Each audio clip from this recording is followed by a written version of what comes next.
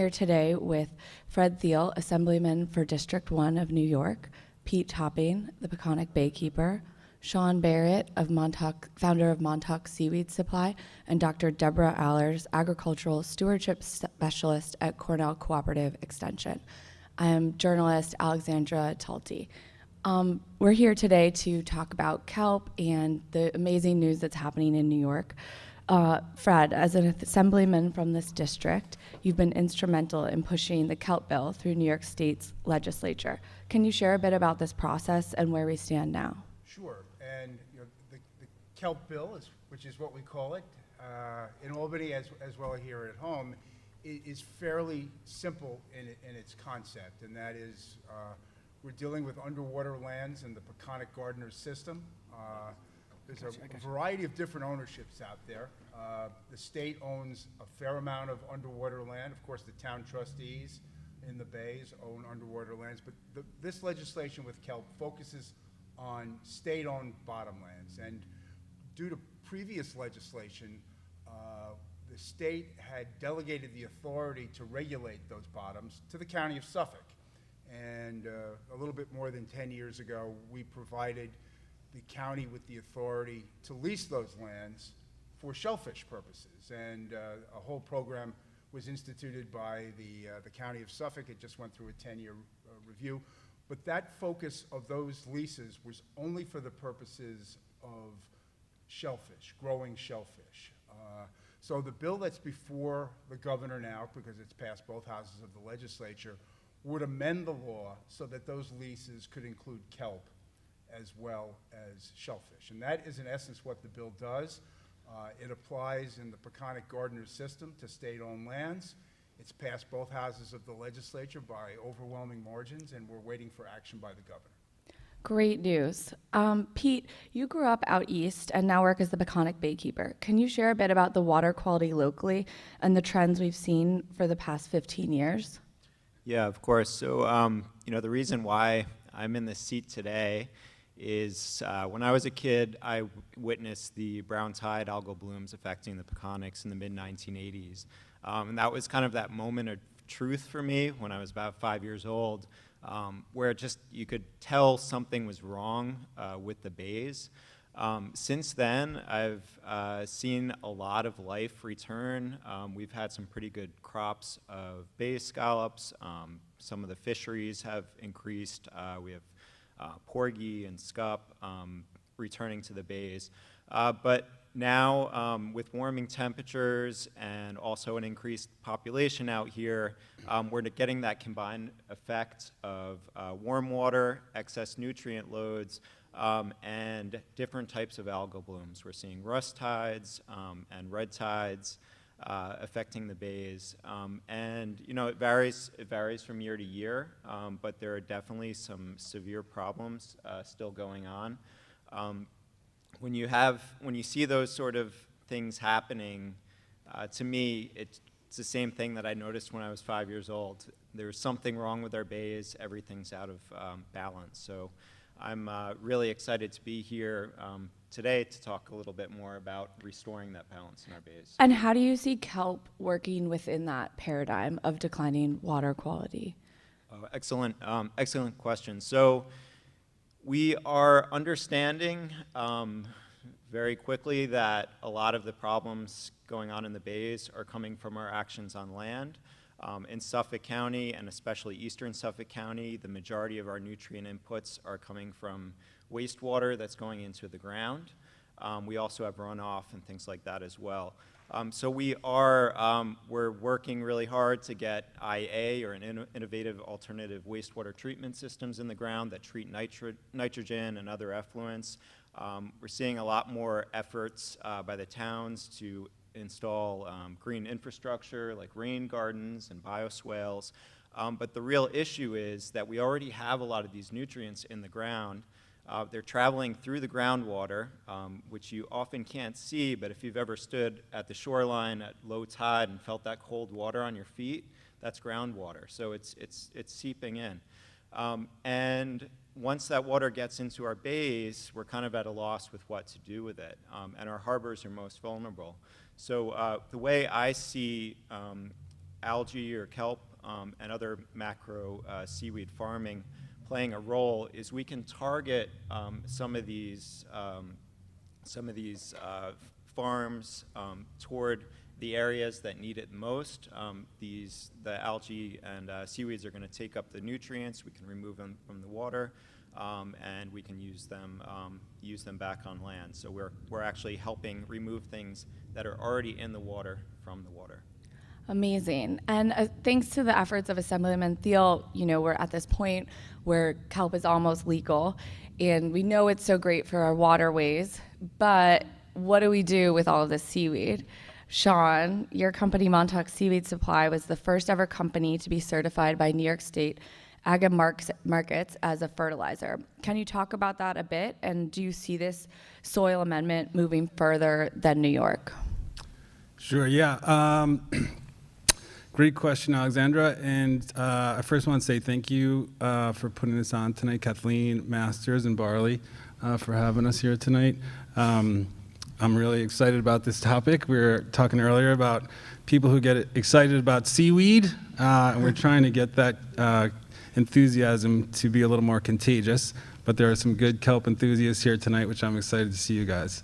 And yeah, so I'm lucky enough to have some great scientists, Pete and Deb, great biologists in the area who have helped us to understand this concept, as Pete said, of pulling nitrogen predominantly out of local waterways. And like Pete, I grew up and knew, like Irene, different ecosystems in our local waterways here. So Shinnecock Bay, in the 1980s and 90s, I remember fishing with, for winter flounder with blue mussels and a very different ecosystem.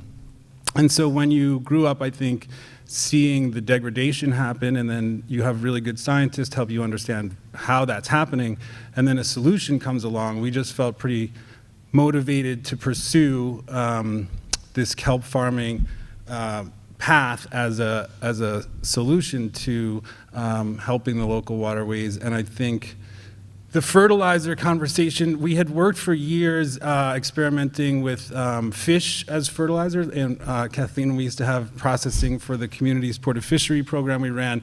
We would try to put the extra leftover scraps, so to speak, from the seafood we were processing into local soil to strengthen it. So that was years ago and kind of sparked the idea. So it didn't take too much to figure out that once this kelp, these kelp farms that are now coming online on the East End are going to have a pretty substantial amount of biomass, basically. So we know that New York is actually pretty far behind in the kelp farming space. We have some neighboring states, Connecticut up through Maine. Maine has a very robust industry that's about 25 or 30 years old. So I think this year the state of Maine broke their state record with about 850,000 pounds of sugar kelp that they harvested and landed. So the prediction for New York, it's yet to be seen, but we just finished a 3-year feasibility study with Stony Brook University, and it looks like the inshore waters where we're putting these kelp farms has astonishing growth rate, probably to do with the nitrogen levels.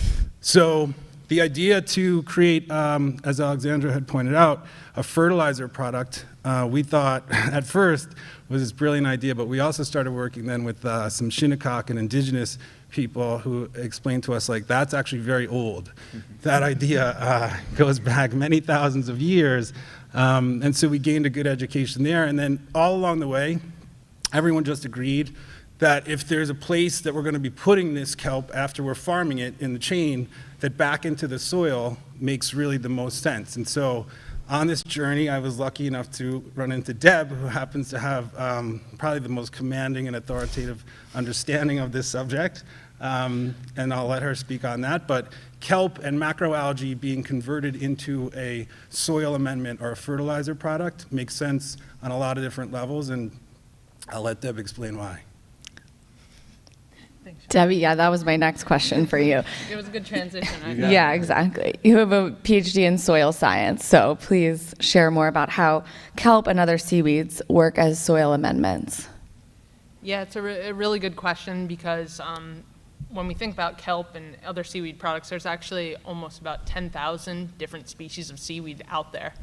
And the impact these have within the soil system and for agriculture production or land agriculture production varies. There's a lot of variability, whether it be from the environment or from the soil type or the crop being grown.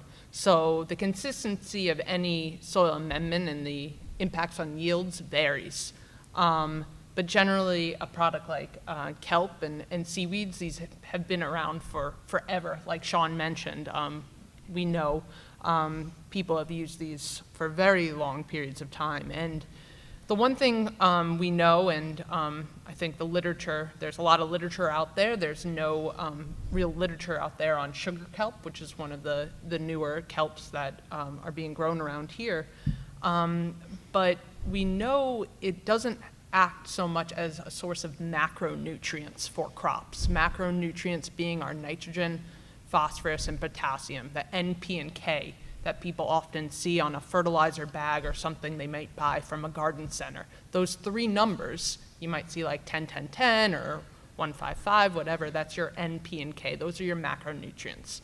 And we know from nutrient analysis that kelp does not necessarily, or seaweeds in general, is not a significant source of macronutrients. So it's not going to supplement all our fertility or the majority of our macronutrient fertility for crops, but it has something what we call as a biostimulant effect, or kind of a plant growth regulating effect. It somehow has a positive impact on the crop physiology, whether it be increasing the root growth of a plant, increasing the nutrient value of the fruits that are produced.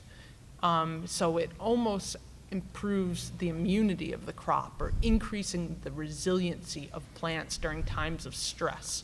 And we know, like Pete mentioned, of our changes in our climate, in weather patterns, warming waters, and things like this. We're seeing this within land-based agriculture of these changes in precipitation events, changes in temperature, that we need greater resiliency within our agricultural systems, and things like kelp and other seaweed products that are soil amendments, they can boost this resiliency of crop production. And they also are a good source of our micronutrients. So I mentioned not the macronutrients, but other micronutrients that further enhance the resiliency of crops and increased yield and other tolerances of different crops. Thank you. And, I think one of the things that everyone is so excited about with kelp is that we have this environmental problem, and it's not only the solution for it in the waters, but it's also helping our crops on land find their own solutions with things like climate change. Pete, you mentioned before about kind of using kelp in certain targeted areas around the Peconic and waterways that we know need help, especially when there's these harmful algal blooms, when the waters heat up. Could you talk a bit about how that would look and what you think that would, how we would see that? Yeah. So there, before kind of kelp and seaweed was on the mainstream, at least for us folks, I don't know about you, there's been a lot of buzz about aquaculture in general, and what they call regenerative farming. So farming that actually helps heal, and shellfish do that because they take nutrients from the water. And oysters are great, and we have definitely a lot of oyster farms around the area.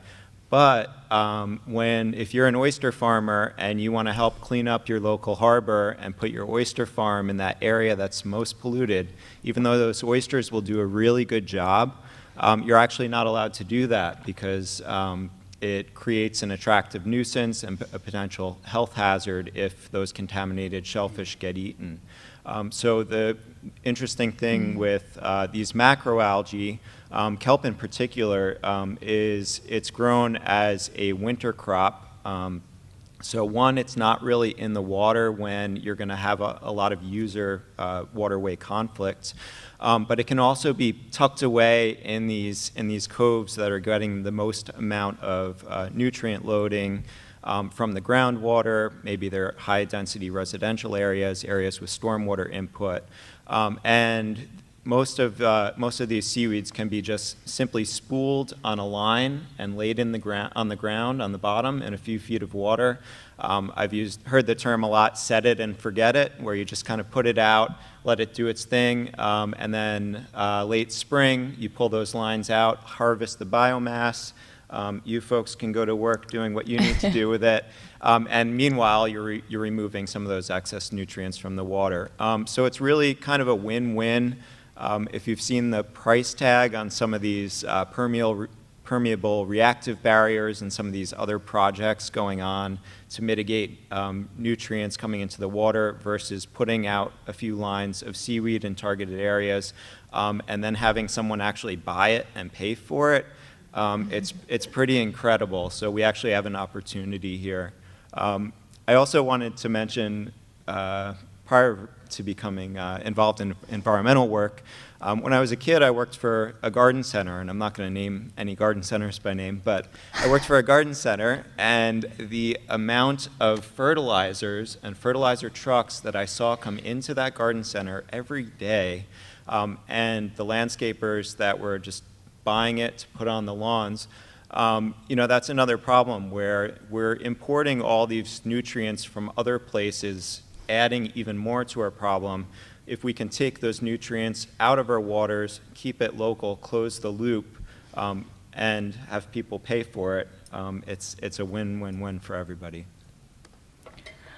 Assemblyman Thiel, you've been so instrumental with the oyster hatcheries and, a lot of work with farmers. Do you see kelp as the new kind of natural business on the east end of Long Island? Yeah, I think that's one of the things that are, it's great about it. We always say on the East End that our economy depends on the environment. We have industries out here, whether it's building or real estate, second homes, tourism. It all depends on our environment. People come here because they want the clean water. They want the open spaces. They want the rural character, the history. That is our environment, and our economy is our environment. And this kelp initiative fits that to a T. As you heard Peter say, and our other speakers say, our county executive has said when it comes to water quality, nitrogen is public enemy number one. We have to deal with nitrogen. So we have a product here that naturally takes nitrogen out of the water. That will help us in that initiative to improve our water quality. At the same time, as has been said, you've got a product that has economic value.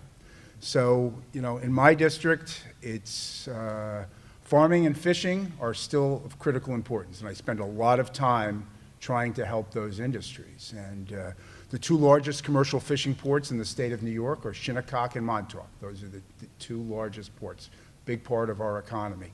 And what people don't realize is that in Suffolk County, my upstate colleagues hate to hear me say this, but Suffolk County is typically first or second or third in terms of the value of agricultural production. We're one of the top agricultural counties in the state. And it's not because of Amityville, it's because of the East End. So those are things that I work on all the time. Everybody knows the commercial fishing industry is in distress between quotas and licensing restrictions and water quality and all of those things. It's a tough business to be in right now. And, we're literally, for sewage treatment upgrades and septic system replacements, we're going to spend billions of dollars to improve water quality. So here is an initiative that does both of those things. It is the classic win-win initiative. The way I try to describe this to people, as far as the political part of this is, every year, Senator Laval, when he was in the Senate, he would have an environmental roundtable. And we would sit there and look at what are the things we should be doing for the environment each year. And invariably during that roundtable, we would listen to environmental groups, environmentalists, go at it a little bit with the Long Island Farm Bureau. What are we going to do with too much fertilizer, pesticides, all of this, all these conflicts that would be out there. This year, we put the kelp bill in, And I'm at a press conference where the Long Island Farm Bureau and the Citizens Campaign and Group for the East End are all at the same press conference, all supporting the same bill. So Wow. that leads me to believe we may be on to something here. So, listen, it helps our economy, it helps our environment. We're behind, as was said. Maine is doing this better than we are right now. Connecticut's doing it better than we are. We in government need to just get out of the way and allow this to happen, because there's benefits to be had for all. Definitely. And, as Suffolk County continues to offer rebates for people to upgrade their septic systems, part of the problem is obviously that groundwater is still kind of seeping in, as Pete was saying. Debbie, could you talk a little bit about the closed loop system and, how kelp could work into that or work as an amendment of fertilizer? Yeah, so that's a good question, and I didn't mention before in talking about the soil amendment that kelp and other seaweed products are also made into extracts as well, and they can be foliar applied to crops, and they're often taken up through not to get too technical, the cuticles of plants, and it helps improve photosynthetic efficiency and other things, which improves yield.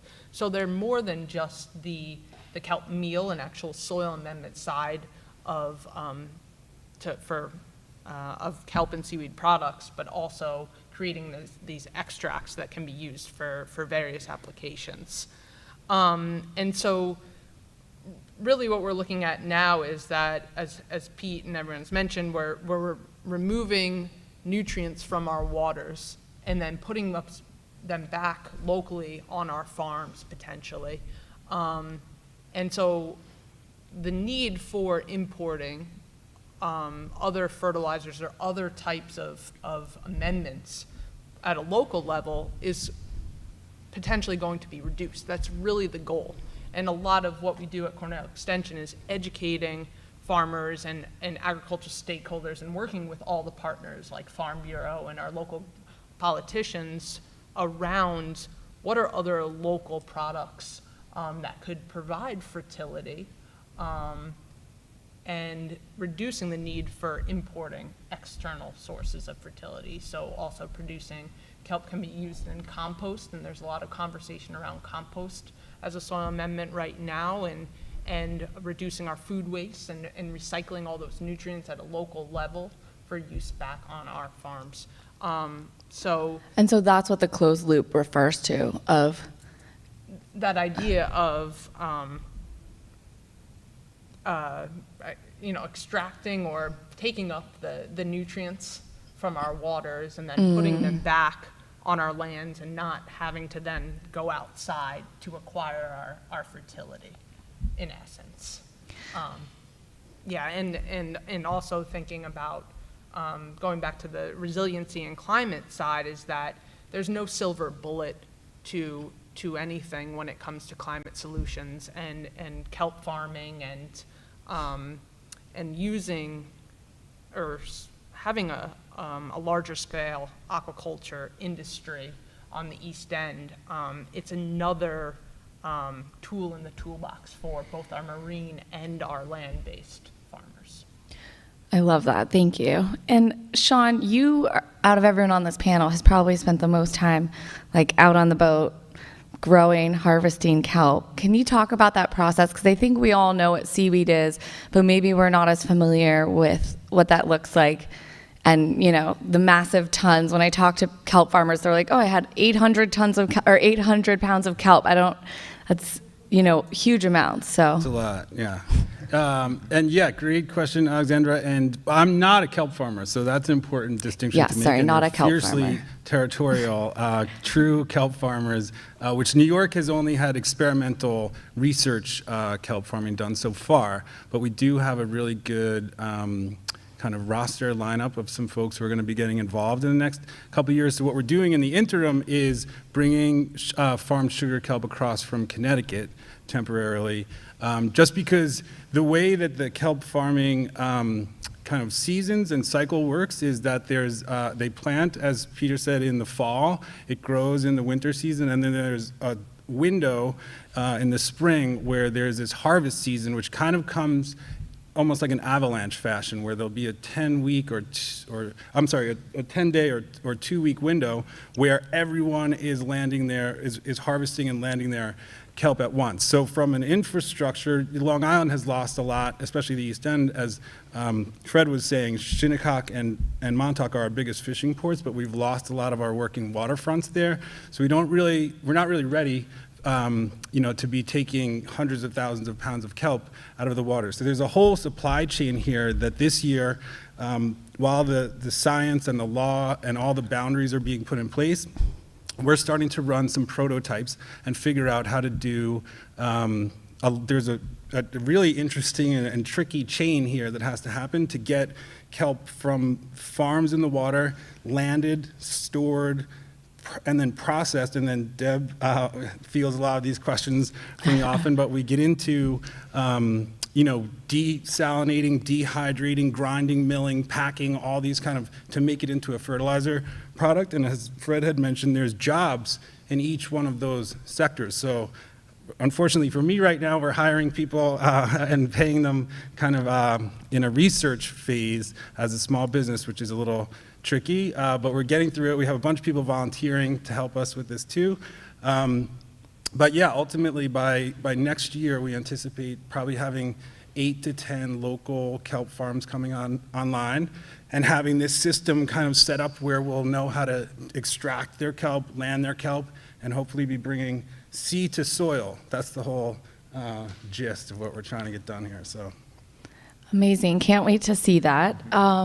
So, Pete, we all know you now as the Peconic Baykeeper, but you were the former algae culturist for East Hampton Town Shellfish Hatchery. And there's been a lot of research locally about how we can kind of use seaweed with oyster hatcheries. Can you talk a little bit about how that would work? Yeah, so, sorry. Yeah, so one of my in my past life, I worked for the East Hampton Town Shellfish Hatchery, and similar to kelp, if you want to grow shellfish commercially, you have to start somewhere. So that's wouldn't be very environmentally friendly if we took from the wild. So a lot of this production is done in the lab, and that's done in the winter months. And in order to do that, we need to feed the shellfish microalgae, which is all the great stuff they would be eating in the water.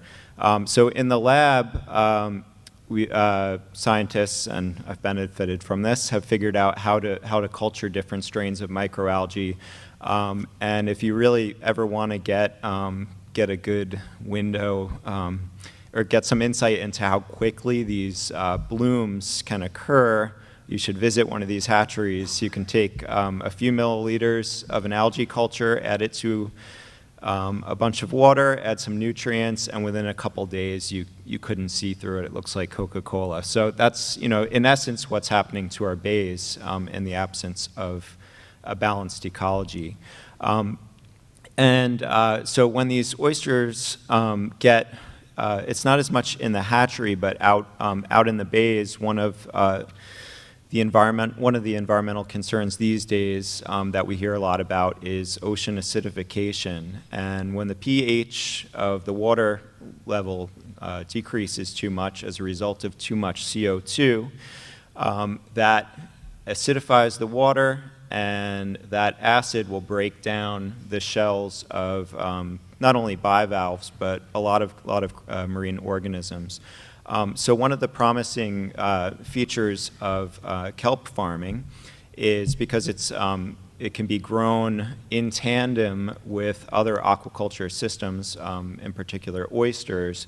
You can have that buffer of the seaweed that actually takes up the CO2, and it actually raises the pH of the water around it. So you can kind of create these localized, what are referred to as halos, to actually preserve the integrity of the shell. And that's especially important when you're dealing with small shellfish. And I know, we've been okay out this way, but I know up north, and especially near some river mouths and other areas, there are definitely some problems with local coastal acidification. Thank you. Super interesting to kind of picture this in our heads. Assemblyman Thiel, we've been hearing a lot about, closed loop systems and the importance of kind of bringing kelp on as either a mitigation for farmers or as another stream of income. Why do you think the kelp bill is so important for New York State?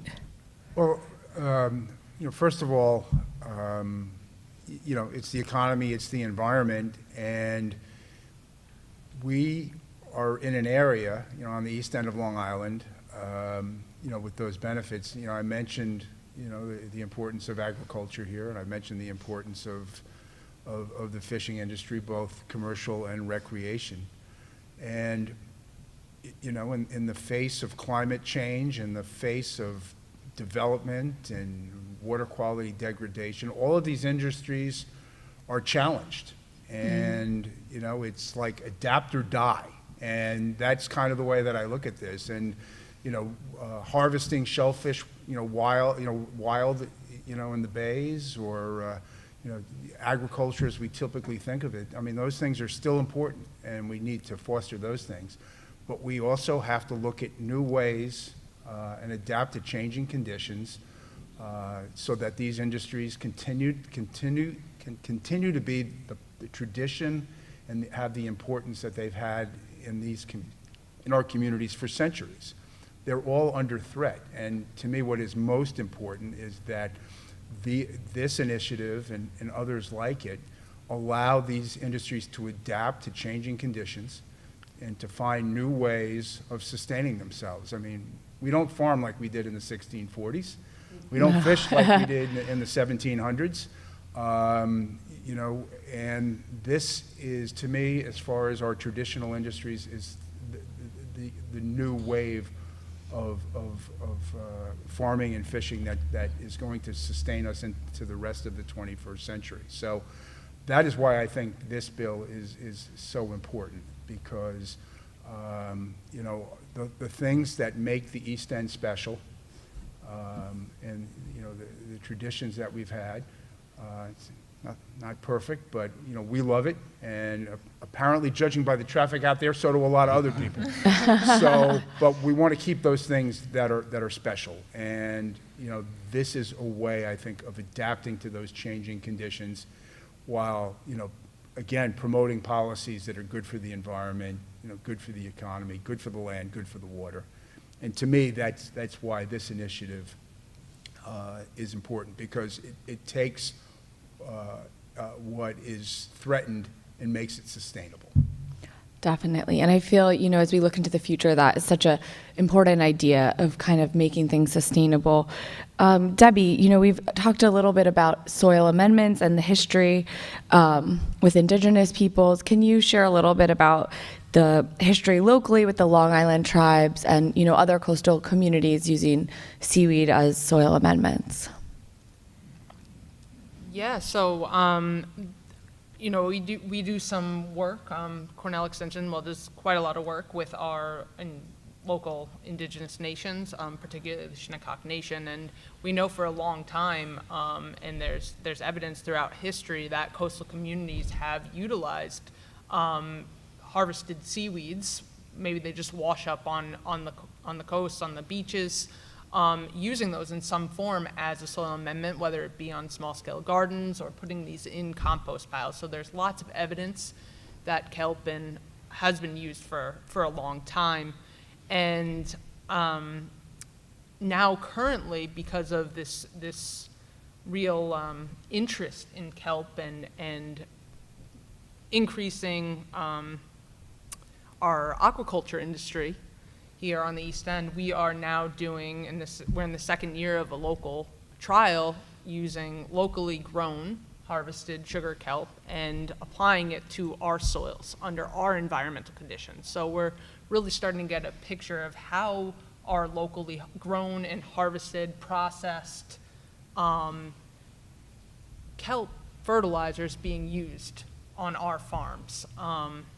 And so because of that historical evidence, both mostly anecdotal, we're now trying to collect scientific data at a local level to get a better idea of this picture, and then hopefully that will taking those known benefits of kelp as a soil amendment, hopefully that will feed into much of the work going on now in the soil health arena, which is another big push, and we're working with our farmers, our land-based farmers, to improve and adopt, because healthy soil means cleaner waters, cleaner air. There's lots of improvement, or lots of benefits around that. Great. And so I know, there's like treaties with Shinnecock and Nantucket tribes that have records about, land until the seaweed harvesting line and all that kind of stuff. So what were the kind of seaweeds that they were using then, if you can talk about that a little bit? I'm not sure I'm the appropriate person to talk about that. I would leave that to our marine experts. Stephen Schott. Stephen Schott, one of my colleagues in the marine program with Cooperative Extension, but Pete maybe is the better. Yeah, There we go. so I'm not going to claim to be the definitive source on this, but traditionally all throughout not only the South Shore estuary, but also the Peconic estuary, there were abundant eelgrass. So, seaweed is a broadly used term for a lot of different things. It doesn't always, so eelgrass is actually a plant, so it has flowers, it has seeds. Kelp is a macroalgae or large algae, and then you have microalgae, which are brown tides, red tides, and a lot of really good ones as well. Traditionally, the Peconics had some pretty healthy populations of eelgrass. There's still substantial stands in the Shinnecock bays, and what happens is in the wintertime, these blades kind of detach and they wash up along the shoreline. I remember as a kid, sometimes these would be knee deep, and it's pretty rare to find that these days. In the Peconics in particular, I only know offhand of one healthy eelgrass stand west of Cedar Point, which is where it opens up into Gardner's Bay, where if you talk to anyone that grew up in the 30s, 40s, and 50s, they talk about every harbor being choked with this. So my best guess would be that was by and large what was being harvested. I know some of the early settlers would even pack it around their foundations to use as insulation. But of course, you have your rockweeds and other seaweeds that I'm sure were added to the mix. Thank you. So interesting. And Sean, can you talk a little bit about how, we have food grade kelp, which obviously as, New York waters are cleaning themselves, we might not be there at that point right away. But then also how fertilizer works with that to kind of be a sustainable whole picture.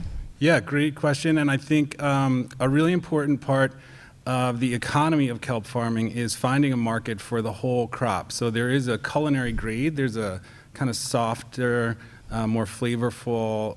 The chefs will go after this local kelp that's got culinary grade. But then, as Pete or Deb knows, the scientists will explain that there's all this other anatomy of the kelp, from stipes and holdfasts and other unedible stuff. There's also snails we're finding and these other biofouls that get in there and can really chew up the kelp pretty good, which obviously people are not interested. They want to see a good-looking, clean kelp for the culinary grade. So what we've learned is that in order to really buoy and support the kelp farming economy, you have to really have both. You have to have a whole crop utilization, whole harvest utilization. So that's what we're trying to pretty much figure out now and lay the groundwork for the culinary grade to go to chefs and to kelp fans who love to eat kelp eventually.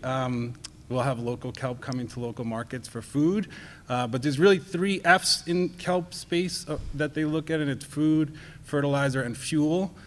We don't have really the capacity to be tinkering with creating fuels yet out of kelp, but we're looking and we're working very hard in the food and the fertilizer space, and the combination of those 2 pieces together is how we'll be able to create a successful economy for the local kelp farmers, to make sure that they're supported and able, all of the science and the law, it's super important obviously that we have this bedrock of science and law to work upon, but now as the small businesses begin, That's really where the impact's going to happen and where we're going to start to see, the big avalanches of kelp being grown and nitrogen being sequestered out of these waterways isn't going to really happen in the research space. It's going to happen in the small business space. So that's what we're really doing right now, is trying to pioneer and kind of push forward, figure out a lot of these. We're basically building a runway for this kelp conversation to take off. And a big piece of that is whole harvest utilization. And in terms of that, we've talked a lot about like Maine being ahead of New York in terms of cultivation. It's been legal there for nearly 2 decades now. There's some food brands, Atlantic Seaweed Supply, Akua Burgers are coming from there. New York, we are kind of the southernmost of the New England, northern of Mid-Atlantic region. But we're obviously, New York City is here. It's a key economic component. Is that part of the reason why you think legalizing the quote-unquote other weed in New York is so important? Yeah.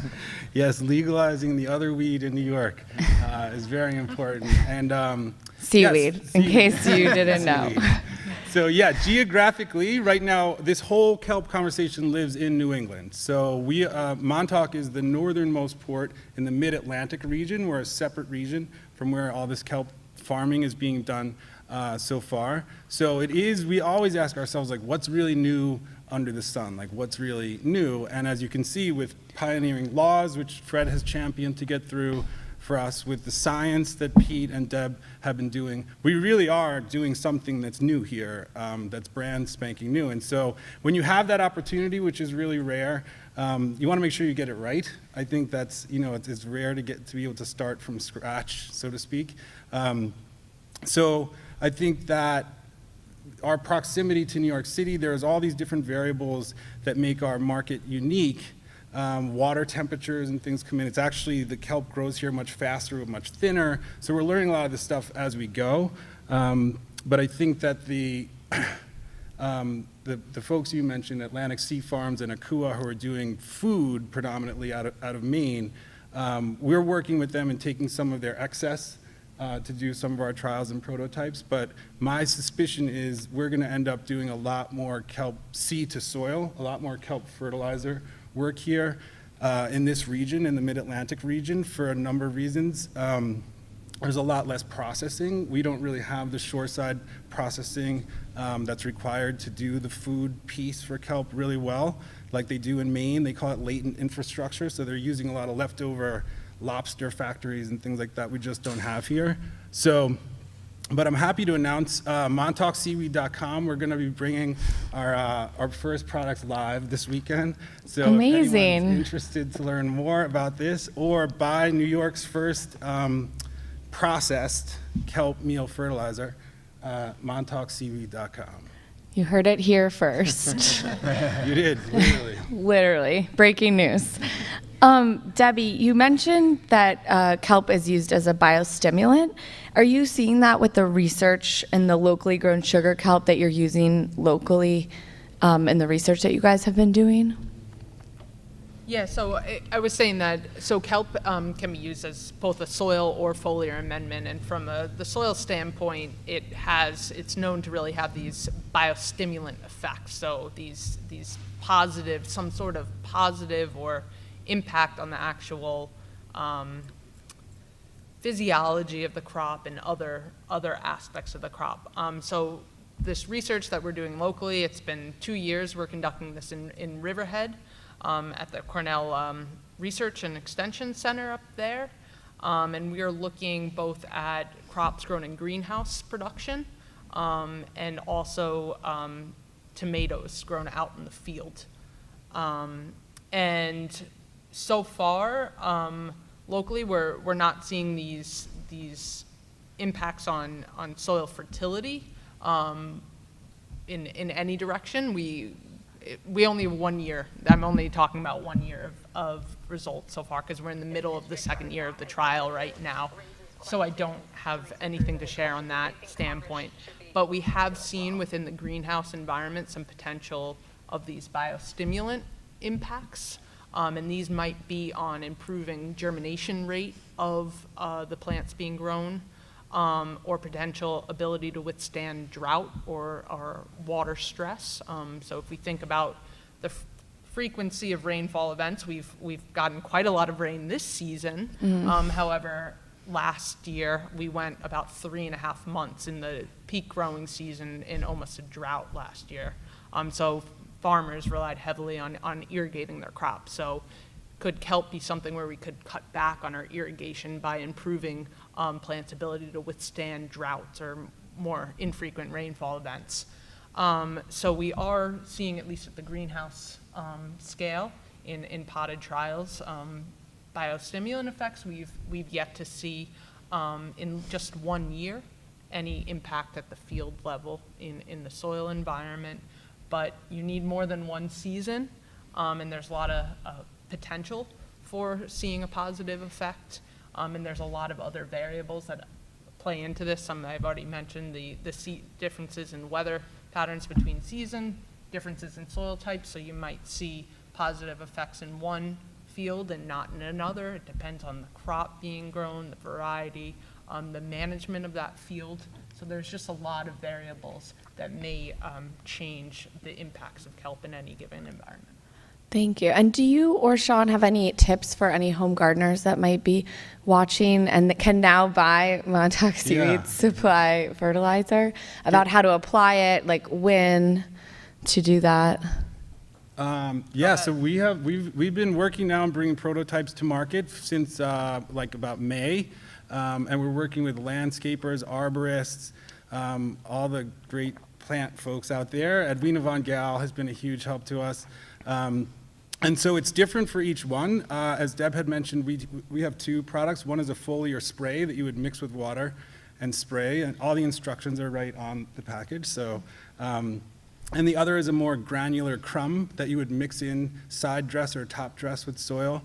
But for each of the different uses, there's all these different benefits that we're hearing. So arborists use kelp when they're doing transplants, tree transplants, to de-stress the trees. It also holds a lot of moisture into the ground, which helps the trees to adapt to their new environment. Shane Weeks and Nick and Tony's are using it in their gardens and sending us photos of these humongous sunflowers and tomatoes. Leighton at Quail Hill, we have a whole bunch of local farmers who are using it not with the science part, but more Instagram photos that they're showing us, this is our sunflower with kelp, and this is our sunflower without kelp, and you can clearly see these biostimulant effects that Deb mentioned, that it's basically a boost for all the plants. I think 3 of the 5 Guinness Book of World Records biggest fruits on record, you'll see that kelp was the fertilizer that they used there. So Wow, that's a fun fact. get by with a little kelp from your friends. We like to say.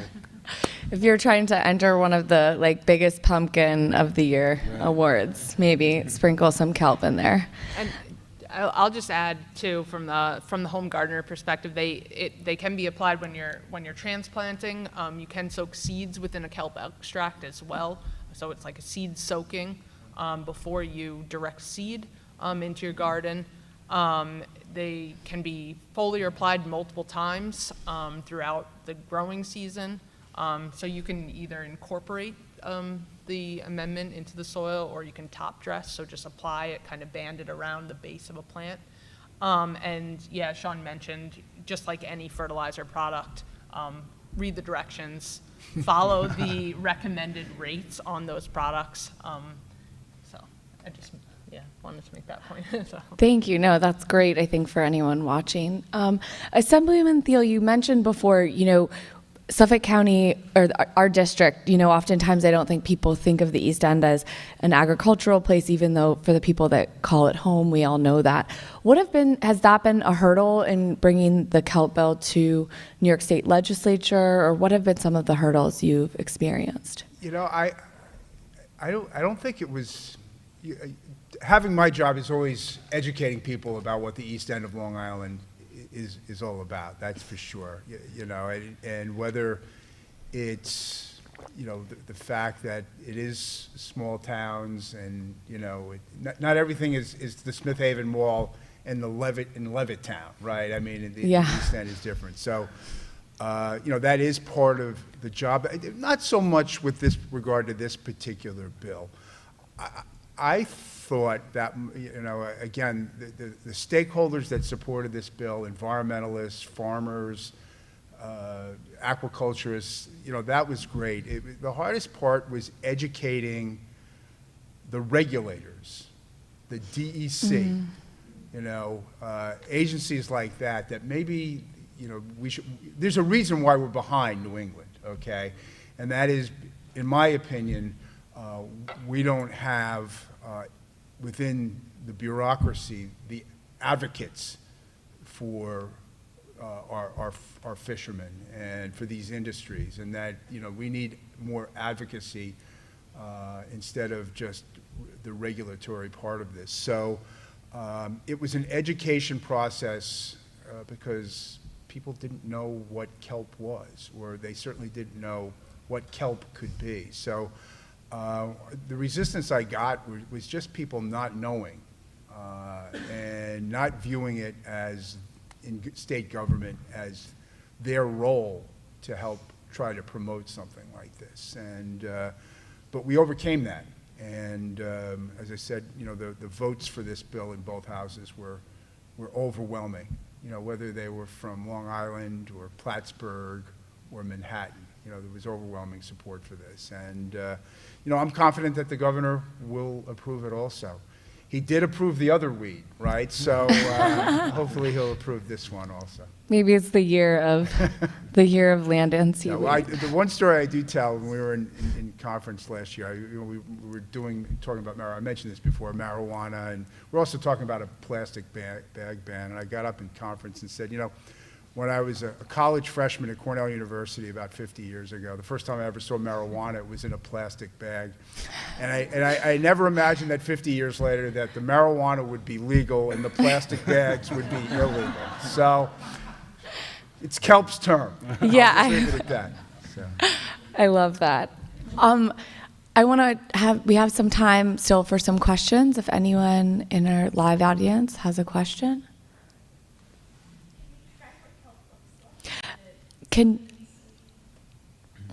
Yeah. Keep going.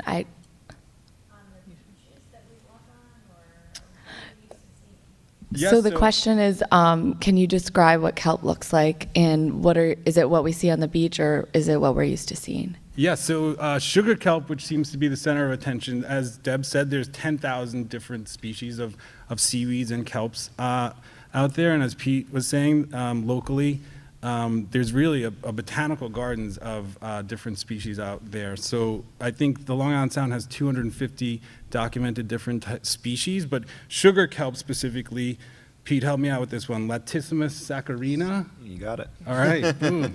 So that specific species is a long brown algae that looks kind of like a lasagna noodle, I've heard it described as. And it is indigenous, it's native to this area. So you may see it washed up on a beach. Hopefully, if you do, let me know and I'll come turn it into fertilizer for you. I'll add to that.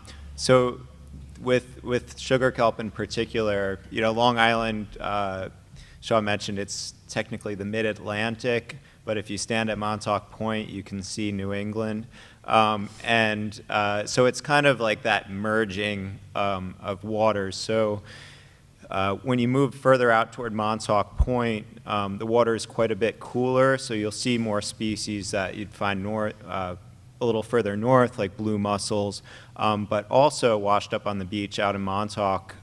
If you walk around the point by the lighthouse after a strong east wind, you will see sugar kelp washed up on the beach. A lot of the kelp that's being farmed, even though it's a native species, you wouldn't typically find it in the Peconic estuary because the reality is the waters are too warm there in the summer. So kind of like with cultivating shellfish, the kelp is actually cultivated in a hatchery and it's put out on these lines and deployed on the bottom when the water temperature is cool enough for it to grow. And if you left it out there too long, like if you had left your crop out now, it would actually die off. So further east, you will come across it out in Gardner's and toward Montauk, but you wouldn't find it around the shores of the Peconic Bay. Thank you. And we have another question, and I'll just repeat the question back so the folks at home can hear. Is there a strong environmental difference between, say, eelgrass and kelp in their growing? Is there a strong environmental difference between eelgrass and kelp in their growing? I guess I'll take this.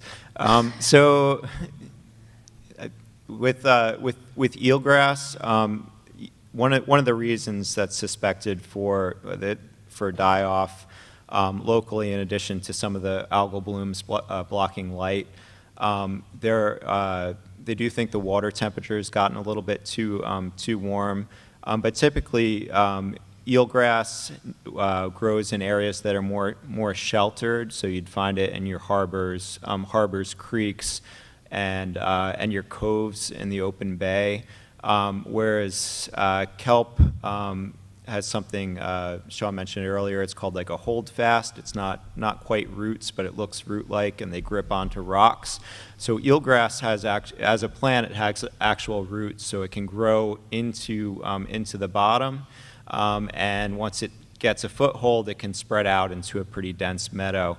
One of the other reasons why you wouldn't find kelp in the Peconics, in addition to just naturally occurring in the Peconics, in addition to the water temperature, is if you've gone for a swim, the bottom's pretty sandy, the rocks move around a lot. If you go out to Montauk Point, you have larger boulder fields and the substrate that can actually support that crop. So there, you wouldn't really see much overlap, at least not in this area. Kelp is very efficient at taking nitrates and phosphates out of the water, which is one of the things we wanted to do. But as a fertilizer, it doesn't provide those macronutrients for plants.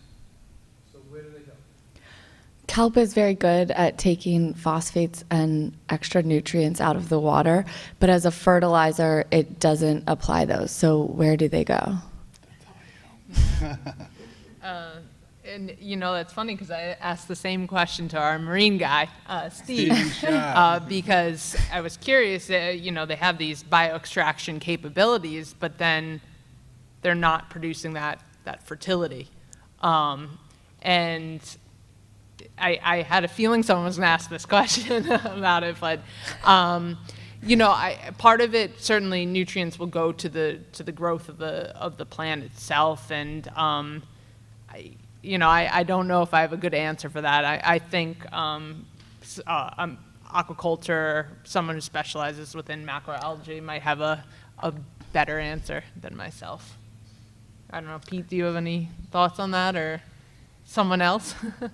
This is where I'm glad that the only science I took in college was political science. I'm off the hook on this one. So. Yeah, I'm not the analytical Steve Schott or some of those other experts. But I think also what you have during some of the processing and some of the breakdown is you likely have some of that nitrogen off-gassing. I'm not sure if you've seen anything to that effect. I haven't heard of that. I think I'm not sure where it goes. And so we have time for one quick question, if anyone. Can somebody explain what the other uses of kelp are, or kelp derivatives for processing, some of the other uses of the process? Can people describe what other uses of kelp processing and other derivatives are outside of fertilizer and food? Kelp goes a lot into cosmetics as well, or seaweeds in general go into cosmetics. You have, the food, the fertilizer. What else? I've heard of as fuel. Oh, yeah, biofuels, yeah, for sure. Absolutely. And in cosmetics, I know it's like agar, I think, is what it's derived to. Kind of the gelatinous material you get in certain products. Yeah, and it's in a lot of things. Any other? Okay.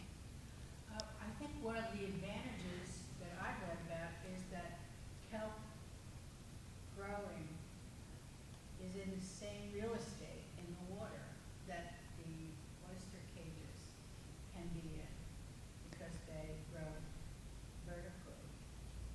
So to me, that's an advantage, but also that you don't have to feed them. Once it starts to grow on the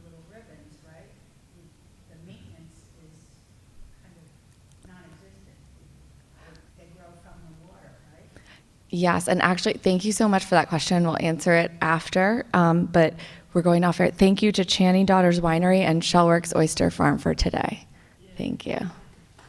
Okay, and now, does anyone